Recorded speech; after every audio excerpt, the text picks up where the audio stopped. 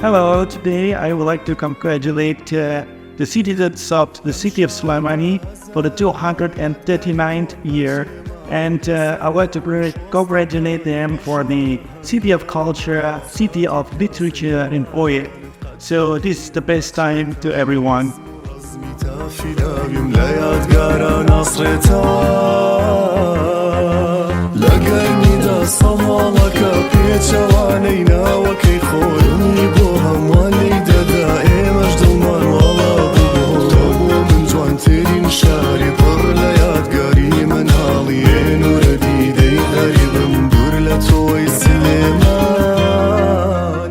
بەلای سەرۆکایەتی زانکۆی نێودەوڵەتی قەیوان و ئەنجومەنی زانکۆی نێودەوڵەتی قەیوانەوە پیرۆزبایی یادی دامەزراندنی شاری سلێمانی لە سەرجەم هاوڵاتیانی کوردستان بەگشتی و داشتانی شاری سلێمانی بە تایبەتیە.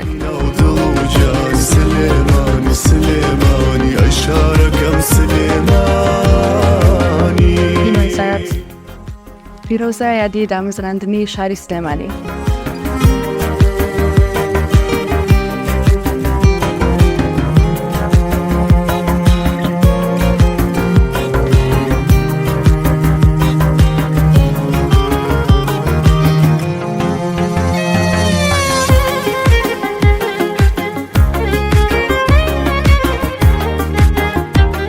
شاری سلێمانی ڕنگدانەوەی کوردستانە بەگشتی پڕە لە دەنگ و ڕەنگی جیاواز بە خۆشحاڵیەوە خەڵکی یەکتری قبوڵەکەن ڕەنگە جیاوازەکان دەنگە جیاوازەکان شارێکی جوانە و جێگەی شانازیە بۆ ئێمە وەکو سلێمانیەک و دڵنیان بۆ هەموو شارەکانی تری کوردستان.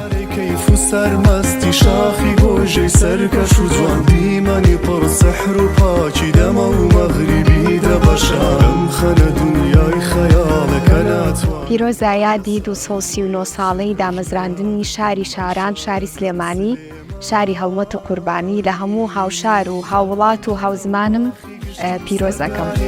هەواری شار و نەوی و سەرا و پیرەمێ شاری گوڵ و شیعری ئازار هەرگیز ناتوانم لێ دوور بم بەجەستەش بێ ڕۆح ناتوانێ ناوت دەرکەن لە ڕابردوو. پیرۆزبایی یادی 239 ساڵەی دامەزراندنی سلێمانی لە دانیشتوانی سلێمانی یەکەم.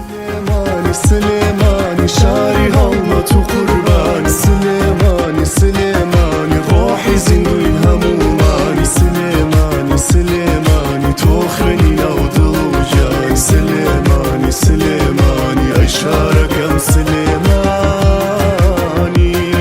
سلێمانی سلێمانی شاری هەڵمەت و قوربانی سلێمانی سلێمانی ڕۆحی زیندوی هەموو